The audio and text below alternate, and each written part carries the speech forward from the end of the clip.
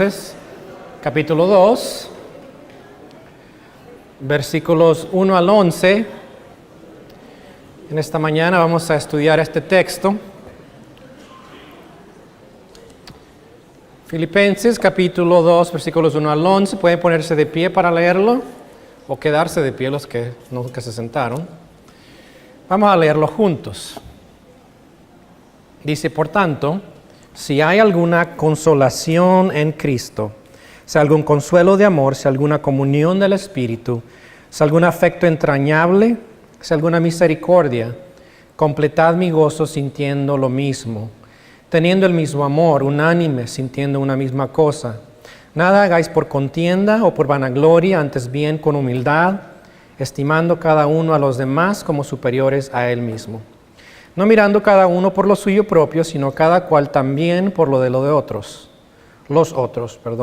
Haya pues en vosotros este sentir que hubo también en Cristo Jesús, el cual siendo en forma de Dios, no estimó el ser igual a Dios como cosa a que aferrarse, sino que se despojó a sí mismo, tomando forma de siervo, hecho semejante a los hombres, y estando en la condición de hombre, se humilló a sí mismo, haciéndose obediente hasta la muerte y muerte de cruz.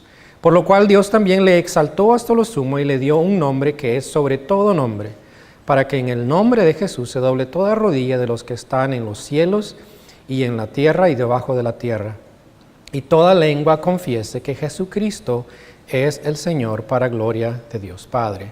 Señor, gracias en esta mañana por esta palabra tuya tan increíble.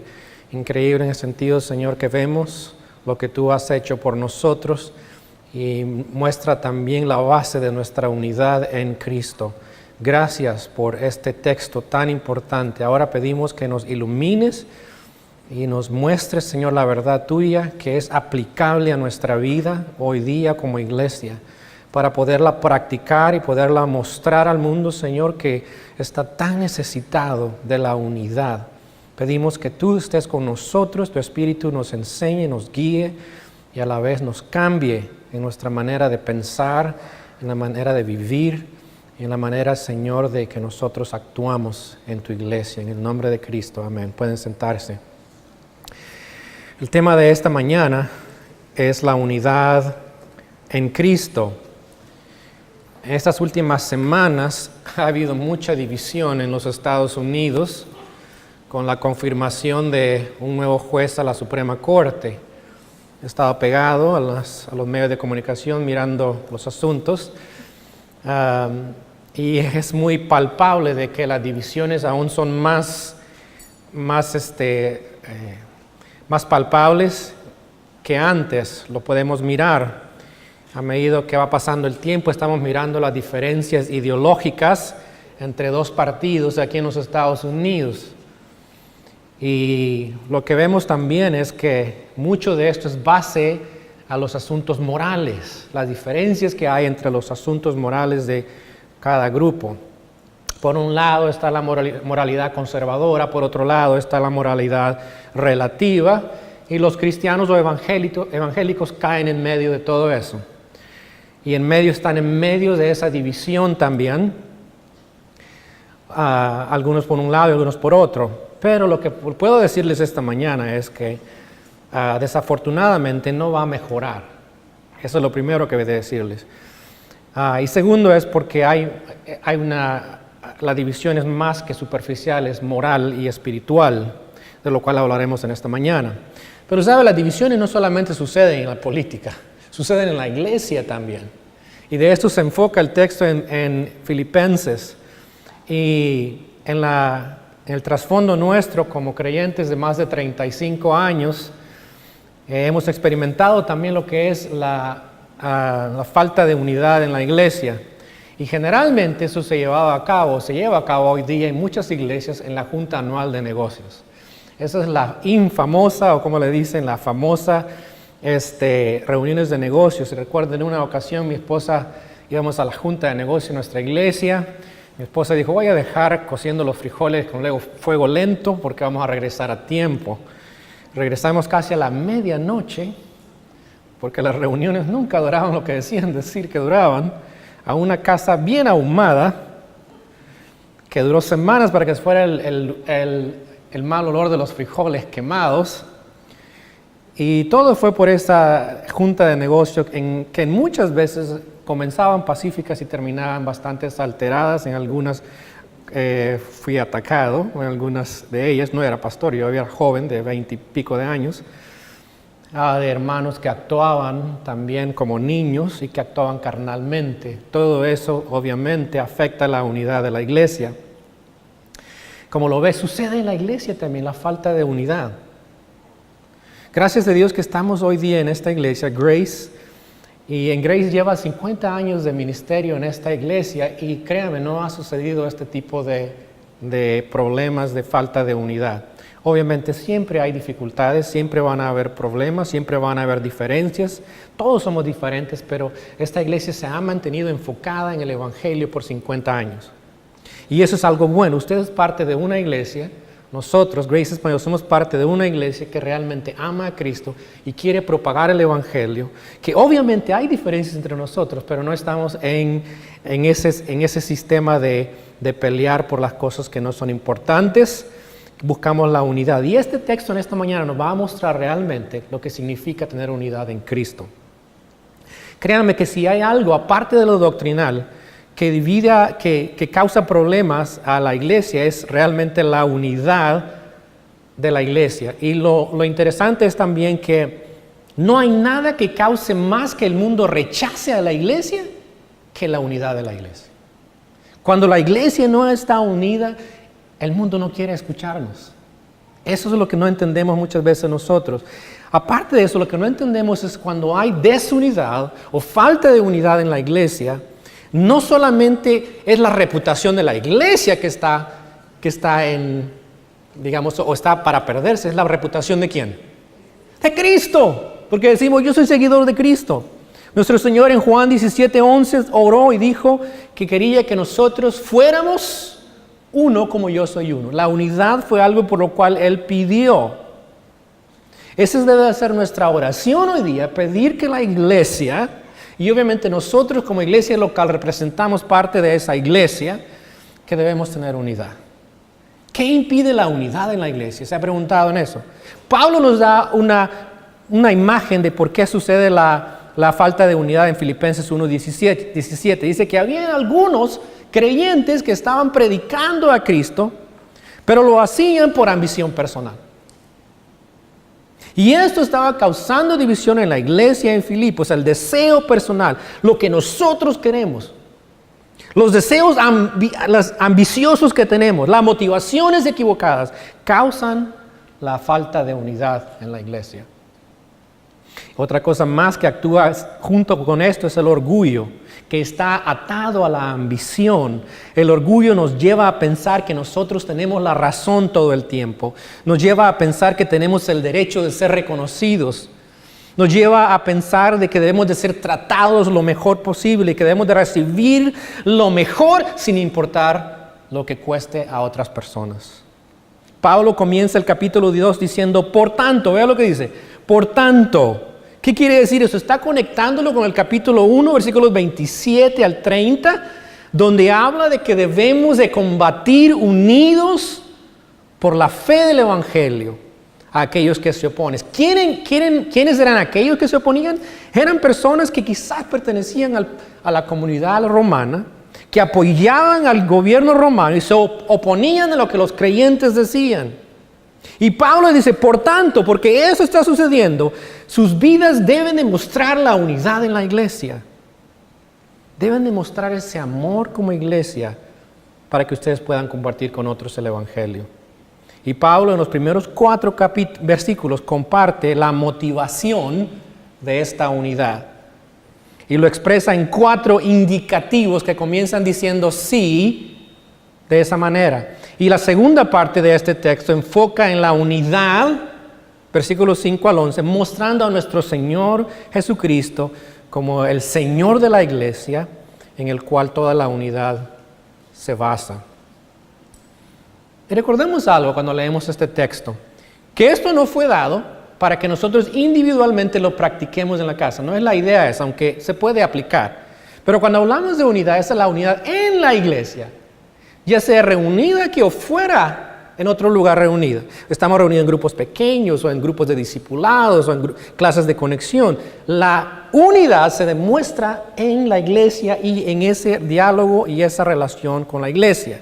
Así que cuando leemos este texto no pensemos, esto es lo que tengo que hacer en mi casa. No, lo tienes que hacer con la iglesia. Si vives aislado toda la semana, no vas a tener falta de unidad porque no puedes estar de desacuerdo contigo mismo, aunque puedes. Quizás estás de desacuerdo y te hablas a ti mismo, pero la idea es que cuando convivimos como iglesia, tenemos que mostrar la unidad. Miremos primero la motivación de la unidad. Pablo comienza diciendo esto en el versículo 1. Si hay alguna consolación en Cristo, si hay algún consuelo de amor. Primero miremos que para que haya esta unidad, debe de haber algo que nosotros debemos hacer. El lado humano nuestro es primero que debemos demostrar la consolación, o más bien la palabra que se usa ahí es exhortación, de donde viene la palabra Paracletos, Espíritu Santo. Dice, en Cristo. Quiere decir que como cristianos debemos de animarnos, exhortarnos en Cristo. ¿A qué nos vamos a exhortar y animar? A ser fieles a Cristo, a seguirle a Él fielmente. Y la unidad está motivada por ese deseo de animar a otros a que sigan a Cristo fielmente.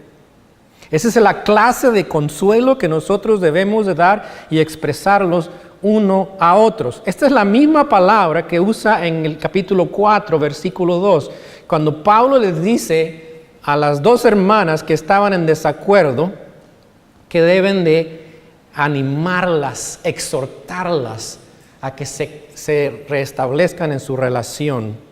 Así es que la idea de esta palabra es no solamente animar, pero es también exhortar a vivir para Cristo. ¿Por qué necesitamos consolación? Porque cuando estamos en Cristo y estamos viviendo para Cristo, va a haber resistencia. Tanto el mundo nos resiste, tanto nuestra carne está también peleando dentro de nosotros, pero también entendemos que van a haber situaciones en que nos vamos a encontrar en dificultades, que necesitamos ese apoyo, ese ánimo y aún la corrección de otros hermanos para la unidad. En segundo lugar, Pablo dice que otra manera es la consolación del amor. Dice algún consuelo de amor. Pablo ya ha orado en el capítulo 1, versículo 9, que los filipenses tengan un amor, dice él, basado en el conocimiento y en el discernimiento, pero ahora también les dice que este amor de Cristo, que Él nos demostró en la cruz, debe de ser parte también de nuestra iglesia, debe ser la manera de animarnos unos a otros. Es bonito compartir tiempo con la iglesia. Comer juntos es bueno, los tiempos que tenemos de comida compartida. Tener tiempo en la enseñanza y en la adoración, en la comunión que tenemos. Pero ¿sabe qué? Si no hay amor, no vale mucho. Pablo dice que ese es el tipo de amor que debe de existir en nosotros. Cuando Pablo dice sí hay alguna, no está diciendo sí acaso, está dando por asentado. Ustedes tienen este consuelo del Espíritu Santo. Anímense unos a otros. Ustedes tienen el amor de Dios. Ámense de esta manera. Muestren ese amor cuando estén en comunión. Eso es lo que está diciendo Pablo. Significa esta palabra, consuelo, amor, que seamos amigables a otras personas. Eso es como el amor se demuestra, pero la idea va más allá de eso. Es el tipo de trato que tenemos unos con otros, de animarnos a nosotros a seguir unidos. Eso es lo que Pablo dice. Dice dos cosas que nosotros debemos hacer: tener esa consolación en Cristo, tener ese amor de Cristo, pero ahora viene también lo que Dios hace. Vea lo que dice en el versículo 1, en la última parte. Si alguna comunión del Espíritu, si algún afecto entrañable, si alguna misericordia. ¿Qué es lo que enseña Pablo? Que hay otras cosas más que son parte de la unidad. Uno es la comunión del Espíritu. Y lo que está hablando es el Espíritu Santo. Es el Espíritu Santo que ha venido a nuestras vidas cuando creímos en Cristo, que nos une en comunión. ¿Y cómo sucede eso? A medida que nosotros somos obedientes a Cristo, empezamos a caminar en esa obediencia Esa es la unión que nos une a nosotros cuando vivimos en comunión con Dios y vamos creciendo juntos con esa obediencia, es que produce la unidad. ¿Cómo puede una iglesia multiétnica, multilingüe, con diferencias sociales y socioeconómicas, tener unidad? La respuesta es el Espíritu Santo. El Espíritu Santo va a producir esa unidad a medida que nosotros somos obedientes como iglesia. Pablo dice, si alguna comunión del Espíritu. Pablo sigue diciendo, si algún afecto entrañable, si alguna misericordia. También el afecto profundo y la compasión son parte de la unión de la iglesia. Es interesante que esa palabra afecto entrañable significa intestinos. Porque para los judíos esa es la palabra que describe alguna emoción, algo profundo. Y dice que debemos tener ese afecto entrañable. Es un afecto profundo y emotivo. ¡Wow! Esa es la manera que debemos demostrar nosotros ese afecto unos a otros. Y va acompañado, dice, con misericordia, con la compasión hacia otras personas. Recuerden, nosotros hemos recibido la compasión de Dios, ¿cierto? Cuando Él nos salvó, nos dio su compasión. Es por su compasión que también recibimos nosotros la bondad de Él. Y Pablo dice, ese es el tipo de compasión, de afecto profundo que debemos tener unos a otros. Pablo, sin duda, está haciendo imagen de lo que la iglesia en Filipos ha hecho por él. La iglesia lo había cuidado. Era una de las primeras iglesias que le había brindado ayuda económica. Se habían preocupado por él. Y él sabía que el amor de ellos era profundo, era entrañable. Ahora dice él, ustedes también, recuerden que deben de tener ese tipo de afecto unos a otros como iglesia. Eso es parte de la unidad. Si nosotros queremos tener unidad en nuestra iglesia, ¿qué tenemos que tener? Tenemos que tener ese afecto entrañable y esa compasión unos a otros. ¿Cómo se logra la unidad? Versículo 2.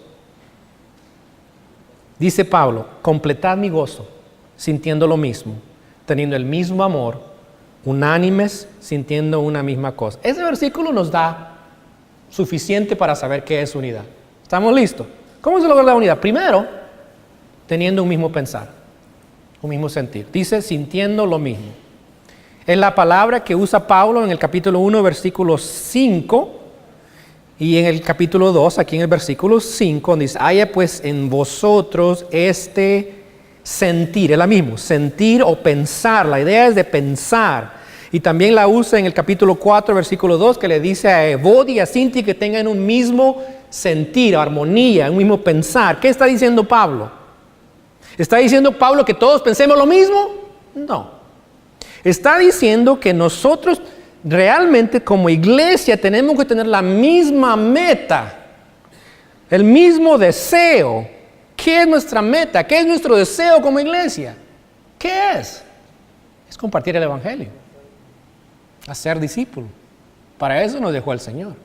Y ustedes deben de estar enfocados y tener ese mismo pensar en que hemos sido llamados para llevar el Evangelio a los que no le conocen. Pablo quiere que tengamos esa misma meta también de vivir como ciudadanos del reino de Dios. Tenemos un mismo pensar. Segundo lugar, dice que debemos tener un mismo amor. Dice, teniendo el mismo amor. Es el amor del que acaba de hablar Pablo también, y habló en el capítulo 1, versículo 9. Algunos predicaban a Cristo, dice, y lo hacían por sus malos deseos o intenciones, pero algunos lo hacían por amor. Y Pablo dice, sí, ese es el tipo de unidad que debemos tener. Debemos de hacer las cosas por amor. Debemos tener el mismo amor en la iglesia. Y el amor, dice Pablo, no busca lo suyo. No compite para ser más importante. Es el amor como Cristo lo demostró. Y lo va a ampliar más en los siguientes versículos. Ese es el amor que nosotros debemos tener entre nosotros. La gente va a poder ver ese amor, o quizás no lo va a ver si no lo ve. Lo va a poder ver y eso va a animar a la gente a querer conocer más a Cristo, y eso también nos va a unificar. Ahora, lo opuesto también es cierto. Si no hay unidad en la iglesia, si no hay amor en la iglesia, ¿será que la gente lo va a ver? Sí. Y eso va a hacer que las personas no quieran conocer de Dios. Debemos tener ese mismo amor. Es por eso que es importante que todo lo que hagamos aquí en Grace, lo hagamos con un mismo sentir, con una misma meta, y lo hagamos también demostrándonos todos, mayúsculas por favor, T-O-D-O-S, todos. Mostrar, ¿lo dije bien? O sea, Henry se rió de mí, no sé por qué. Todos unos a otros en el amor de Cristo. La gente tiene que ver ese amor entre todos. ¿Me escucharon que dije todos? ¿O no me escucharon? Todos. Quiere decir que todos. ¿Cierto? Porque a veces lo que hacemos nosotros es, no, yo quiero amar a los que me gusta amar. ¿Cierto? No, eso no es lo que enseña la Escritura. Pablo está diciendo, debemos de tener el mismo amor unos a otros entre todos. Sin esa clase de amor no va a haber unidad en la iglesia. Número 3. ¿Cómo tener esa unidad? Teniendo armonía en nuestro propósito. Pablo dice, unánimes, sintiendo una misma cosa. Literalmente esa frase significa teniendo un mismo espíritu y una misma alma. Y la idea que Pablo tiene es de armonía, que viene de una meta enfocada, una mente que está enfocada en una meta común. La meta es vivir para Cristo, compartir el Evangelio con aquellos que no le conocen. Y en el contexto que Pablo está hablando ahí, el enfoque es de trabajar para Cristo, compartiendo el Evangelio. Y hay una armonía que está enfocada en vivir para Cristo y servir a Cristo. Y Pablo dice, ustedes deben tener esa armonía en ese propósito que tienen. Deben tener esa misma alma, ese mismo espíritu. Como iglesia debemos trabajar en armonía, enfocándonos en Cristo y al llamado que nos ha dado de ser y hacer discípulos de las personas. No hay lugar para nuestros propios intereses. No hay lugar para nuestros propios deseos. No hay lugar para nuestras prioridades egoístas. No buscamos lo nuestro, buscamos la voluntad de nuestro Señor. Buscamos vivir para Él, para conocerle y para servirle a Él con devoción enfocada como hemos aprendido. Compartimos esto en nuestro diario vivir también. Pero recuerda, eso es parte de la iglesia. Debemos de ser una iglesia que tiene armonía en su propósito de llevar el Evangelio a aquellos que no le conocen. Cuarto lugar, versículo 3, primera parte, dice, nada hagáis por contienda o por vanagloria. La cuarta manera de tener esa unidad es haciendo nada por egoísmo o para autoexaltación. La actitud de los que estaban predicando, recuerden, en Filipos algunos lo hacían porque amaban a las personas, amaban a Cristo, pero algunos lo estaban haciendo por sus propias motivaciones, egoístas, sus propias ambiciones personales. Estas personas eran, dice Pablo, vanagloriosas. Esa palabra vanagloriosa significa infladas. ¿Qué pasa con una persona que está inflada? Cuando saben los globos, ¿verdad? Cuando están inflados, si los poncha, ¡pum!, se va todo el aire. Porque no tiene nada dentro. La persona que es vanagloriosa se jacta de lo que es cuando realmente no lo es.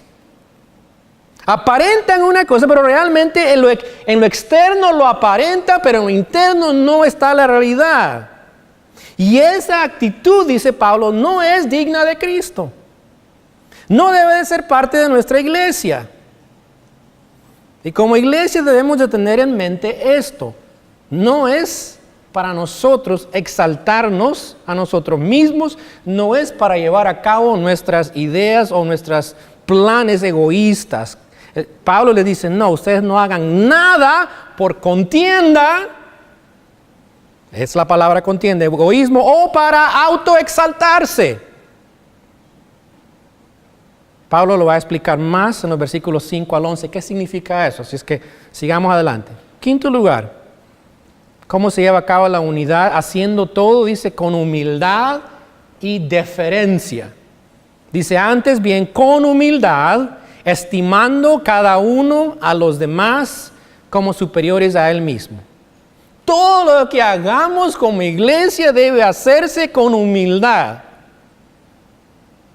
entendiendo quiénes somos en Cristo. Debe ser la manera de actuar para preservar la unidad. Somos humildes porque Dios nos manda a ser humildes, porque reconocemos que solo Él merece la gloria. Hay textos en la Biblia que pudiéramos pasar y hablar sobre el tema de la humildad, pero es muy claro en el Salmo 147 que Dios dice que Él exalta a los humildes, pero humilla a los impíos a la tierra. Dios ama a las personas humildes. Dios quiere que seamos humildes.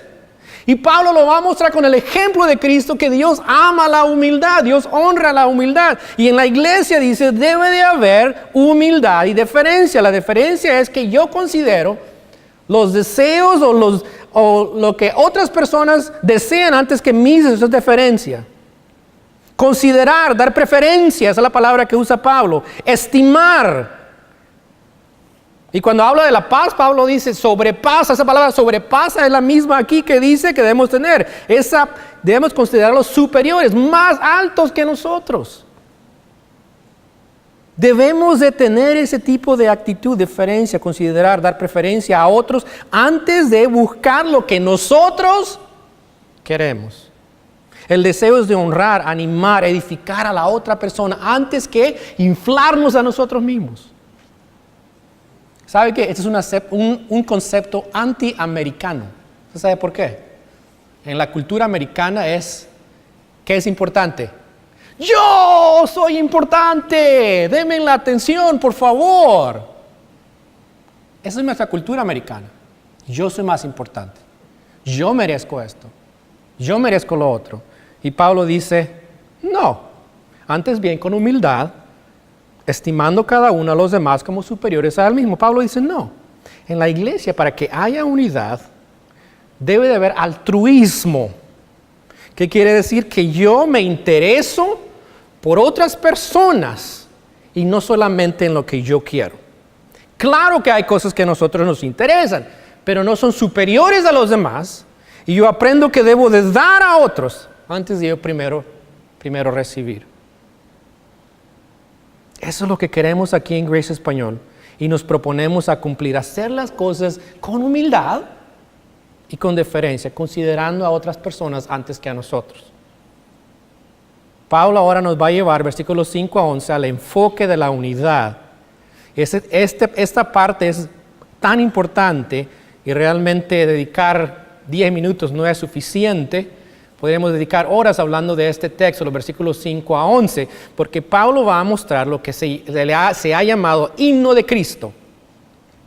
Porque se cree que es muy posible que fue usado como un himno que se cantaba en la iglesia, un himno cristológico, centrado en Cristo, que habla de Él en estos 6 versículos que están aquí. Y este texto tiene posiblemente 2 interpretaciones. Generalmente no entro en interpretaciones, pero es importante que entendamos esto. Primero es que de los versículos 5 al versículo 11, algunos dicen, bueno, Pablo nos dice que debemos tener esta mente de Cristo. Quiere decir que está enfocándose en el aspecto moral. En otras palabras, es que nosotros debemos de hacer esto que dice ese texto. Lo que Él hizo, nosotros debemos de hacerlo. Ese es el ejemplo que debemos seguir. Esa es la primera interpretación. La segunda es que esto que miramos aquí es descripción de Cristo, pero que realmente no es para seguir todo al pie de la letra como está ahí, sino es para que entendamos que nuestro poder para vivir la unidad en la iglesia viene de Cristo, quien nos dio ese ejemplo de lo que es humildad, y como Él ahora también está resucitado y exaltado por el Padre. Y es nuestra manera de nosotros entender que a través de Él nosotros podemos también llevar a la humildad. Creo que las 2 interpretaciones tienen algo importante y es una mezcla de dos lo que vamos a ver en esta mañana. Es que sí, es ejemplo para nosotros, pero realmente es también la base nuestra para vivir la vida unida. El texto comienza, si usted lo ve en el versículo 5, haya pues en vosotros este sentir que hubo también en Cristo Jesús. Literalmente dice esto: piensen esto en ustedes, que también en Cristo Jesús. Es muy similar al capítulo 4, versículo 2, donde Pablo les dice otra vez a Evodia y a Síndique que vivan en armonía con el Señor. Pablo está diciendo ahí que deberían de pensar en el Señor, en la manera que ellos viven en el Señor, deben de también relacionarse unos a otros al mirar lo que Él hizo por nosotros. Y los siguientes versículos son realmente 3 estrofas en el original, cortas, con 3 oraciones. Cada una de ellas está enfocada en nuestro Señor Jesucristo. Y nos muestra que el enfoque de la unidad en la iglesia no solo lo debemos de hacer como lo hemos visto en el texto, sino que debemos de enfocarnos en quién es Cristo. Recordemos esto, que solo cuando vivimos estas verdades como iglesia es que va a producir el efecto de la unidad. Pablo comienza hablando de este texto y lo divide en 3 partes. La primera es la existencia eterna de Cristo, versículo 6. Dice, Dios, Hijo eterno, es el modelo perfecto de la humanidad. Vea lo que dice en el versículo 6. El cual, siendo en forma de Dios. ¿Qué significa esto? Que Dios es el Hijo eterno, el modelo perfecto de la humanidad. Comienza en forma de Dios, existía. Así comienza literalmente. Significa de que Cristo, antes de ser humano, existía como Dios. No tenía forma humana antes de su encarnación. Él era Dios, compartía la esencia de Dios. Alguien dijo, Él tenía los atributos de Dios y compartía su esencia. Ese era Cristo en el principio.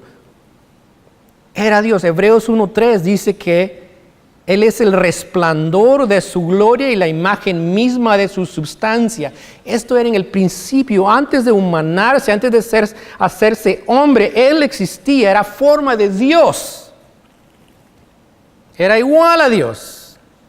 No quiere decir que eran una persona, son 2 personas distintas. Tampoco quiere decir que Cristo dejó de ser Dios al humanarse. Él fue 100% Dios y 100% hombre. Pablo comienza diciendo que Dios, Hijo eterno, es el modelo perfecto de la humanidad, dice, el cual siendo en forma de Dios. Segundo lugar, vea lo que dice, versículo 6, la última parte. No estimó el ser igual a Dios como cosa a que aferrarse. Bueno, pero Henry ya lo explicó, ya no tengo que explicarlo yo, ¿cierto? ¿Sí, Henry? Más o menos. Siendo Dios, dice, no considero el hecho de ser igual a Dios como algo que debería aferrarse. ¿Qué significa esa palabra aferrarse? Que no debería retener y así no llevar a cabo el plan de redención. En otras palabras, nuestro Señor no fue egoísta, sino que voluntariamente deja su trono, su gloria que tenía con el Padre, para hacerse humano y salvarnos. ¡Qué Dios tan dadivoso!, ¿cierto? Hay un himno que dice, tú dejaste tu trono, oh Dios. Eso es precisamente lo que Él hizo. Dejó su gloria, su esplendor que tenía con el Padre desde el principio para humanarse y venir a estar con nosotros y morir y darnos su vida. Si queremos aplicar este texto a nuestra vida, deberíamos decir que nosotros debemos despojarnos ¿de qué cosa? De nuestro orgullo, de nuestros deseos, de nuestro ego. Cuando queremos que todo gire alrededor de nosotros, eso es lo opuesto a lo que Dios, nuestro Señor Jesucristo, hizo por nosotros, ¿cierto? Pensamos que si nos despojamos de lo que nos corresponde, vamos a perder algo, ¿cierto? Cristo se despojó de su gloria para salvarnos a nosotros. Wow, ¿no le parece que eso es grandísimo? Y nosotros no podemos despojarnos de nuestro orgullo, porque queremos que todo gire alrededor de nosotros. ¡Qué opuestos somos nosotros! Pero es realmente cuando morimos, dice Cristo, es que vivimos. Cuando damos, es cuando recibimos. Cuando nos despojamos de nuestro egoísmo, es que la iglesia experimenta la unidad. Pablo nos muestra en este texto primero su existencia eterna. Esa es la primera parte. La segunda parte es su encarnación y su humillación. Versículos 7 y 8. Dice versículo 7, sino que se despojó a sí mismo, tomando forma de siervo, hecho semejante a los hombres. Está diciendo Pablo que Cristo dejó su forma esplendorosa. Esa forma esplendorosa que tenía en forma externa con el Padre. La dejó. ¿Para qué? Tomar forma humana. Para tomar forma humana de siervo, de esclavo. Cristo se escondió toda su gloria, por tiempo limitado, en su humanidad, haciéndose siervo. Y es por eso que cuando lo miramos en los evangelios, no es porque Él no podía hacerlo todo en ese momento, pero se limitó por su humanidad temporalmente. Fue dedicado ese tiempo para servir a otros. ¿Se acuerdan lo que hizo en Juan 13 con sus discípulos? Literalmente dice que se quitó su cuerda, no sé cómo decirlo, lo que llevaba atado su toga, y empezó a hacer aquí a sus discípulos, lavarles los pies, lo que hacía un esclavo. Eso fue lo que vino a hacer Cristo. Vino a humanarse y mostrarnos lo que es ser siervo, lo que es ser esclavo. Fue hombre, pero no solo fue hombre, fue el perfecto hombre. Dice, hecho semejante a los hombres, llegó para salvarnos. Es uno de los grandes misterios de Dios. No lo podemos explicar adecuadamente. ¿Cómo es que Dios Hijo, se humana y viene y vive como humano perfecto, como siervo, para darnos a nosotros la vida eterna? Versículo 8 dice, y estando en la condición de hombre, no para ahí. Pablo dice, se hizo humano, se hizo humano. Pero dice, estando en esa condición de hombre, ¿qué hace? Se humilló. Tomó la forma de un siervo, pero también estando en esa forma se humilló. Él no vino para proclamarse rey. Él no vino para mostrarnos lo que es ser rey. Él vino para mostrarnos lo que es servir. Marcos 10:45 dice, el Hijo del Hombre no vino, ¿qué? Para servir. No vino para, dice, ser servido, sino para ¿qué? Servir. Pero dice, y dar su vida por nosotros. Dice Pablo, no solo se humilló a sí mismo, pero no solamente se humilló. Pero ¿qué sucede? Dice, se humilló hasta aquel grado, hasta el punto de muerte vil. Una muerte horrenda. Una muerte que no le correspondía a Él. Pero dice que Él se humilló, dice a sí mismo, haciéndose ¿qué?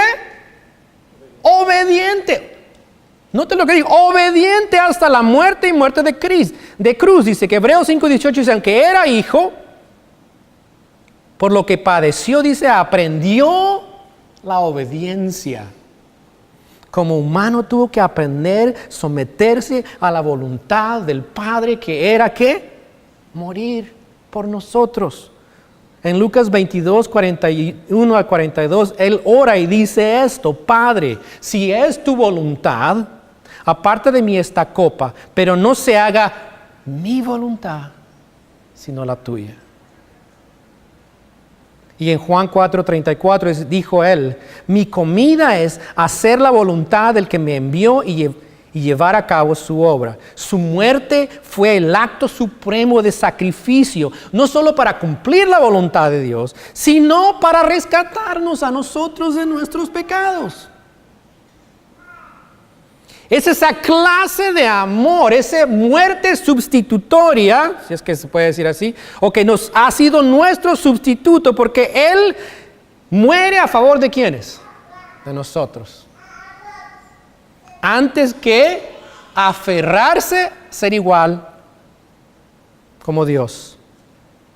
Alguien escribió, este himno celebra la muerte de un esclavo en la cruz, porque aunque Él es el que existe en forma de Dios, está en la cruz por su propia decisión deliberada de despojarse de sí mismo y humillarse a sí mismo.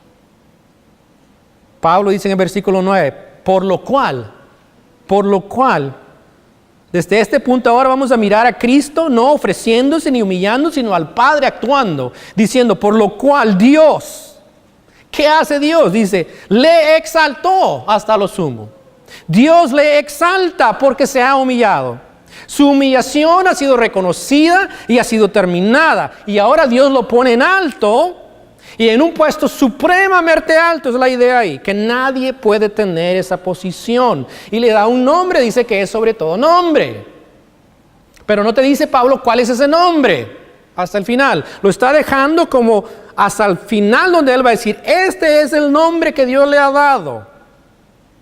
Dice, para que en el nombre de Jesús se doble toda rodilla de los que están en los cielos y en la tierra y debajo de la tierra. Pablo dice que Dios le da un nombre sobre todo nombre. Pero en segundo lugar dice que Él es merecedor de la adoración de toda persona. Una adoración universal. Jesús ha sido exaltado de tal manera de que Dios le ha otorgado adoración universal a Él. No solamente eso, versículo 11 dice, y toda lengua confiese que Jesucristo es el Señor. Ahí está el nombre. Jesucristo es el Señor para gloria de Dios Padre. Es una referencia a Isaías 45, versículos 23 y 24, donde la Biblia es clara que la adoración se le da solamente a Dios. Dice, lo voy a leer para que lo vean. Dice, por mí mismo hice juramento, de mi boca salió palabra en justicia y no será revocada. Que a mí, dice Dios, se doblará toda rodilla y jurará toda lengua. Y se dirá de mí, ciertamente en Jehová está la justicia y la fuerza. A Él vendrán y todos los que contra Él se enardecen serán avergonzados. En Jehová será justificada y se gloriará toda la descendencia de Israel. ¿A quién le dan la adoración? En Isaías, a Dios. ¿Quién recibe la adoración? Filipenses, Cristo. Él es dado, es merecedor no solamente de toda la gloria y la honra, pero la sumisión de toda persona. Toda lengua confiese que Él es, ¿qué? Jesucristo, Señor. Y para los filipenses tenía significado, ¿sabe por qué? Cuando decían en Filipo, Jesucristo es Señor, estaban diciendo en totalmente oposición a lo que decían los ciudadanos de Roma, que decían, César es Señor. El emperador es Señor, lo adoraban como a Dios. Los dioses, aparentemente los dioses habían otorgado al emperador el homenaje de ser adorado. Y Pablo dice, no, Dios ha dado el honor, ha dado el derecho de ser adorado a Jesucristo el Señor. Eso es lo que está diciendo Pablo. Y a Él se va a doblar toda rodilla algún día. Imagínense proclamar eso en el reino romano. Es decir, Jesucristo es Señor. Y a Él se va a doblar toda rodilla. Y le está diciendo a personas que creen que César es Señor. Y a Él debe doblarse toda rodilla. Causa problemas, ¿cierto? No hay nada semejante a lo que nuestro Señor hizo. No hay en las religiones, no hay nada semejante. Y si lo hay, son imitaciones. ¿Qué Dios se hace hombre para ser humillado y darse para salvar a aquellos que le han injuriado con sus pecados? ¿Qué Dios resucita de los muertos después de haber sido matado por su propia creación? ¿Qué Dios rescata a su creación pecadora e ingrata porque no merece nada más que la condenación eterna?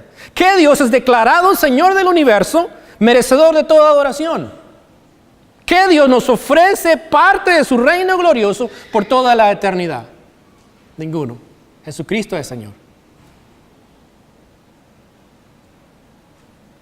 Hoy día tú tienes esa opción de voluntariamente someterte a Él en esta mañana y reconocerle como Jesucristo es mi Señor. O puedes esperar. Llegará ese día, Pablo está hablando en este contexto, que va a llegar ese día que cada persona va a doblar su rodilla ante Jesucristo el Señor. Y créeme, si esperas hasta ese momento en que tú te doblegas a Cristo, será muy tarde porque va a ser para juicio.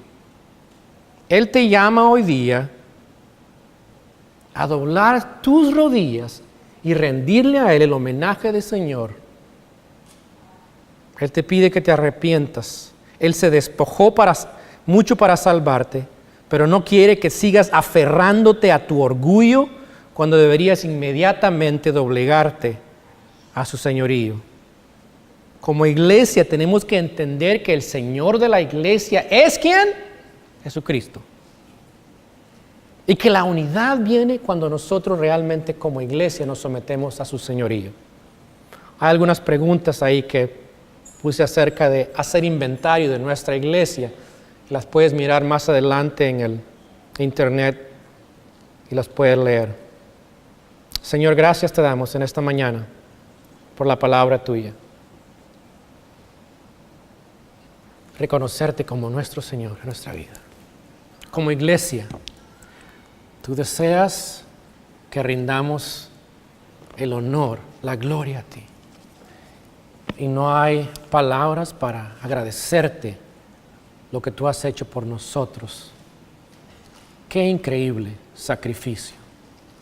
Si hoy día no podemos reconocerte como Señor de nuestras vidas y nuestra iglesia, no habrá nada más que podrá motivarnos a hacerlo.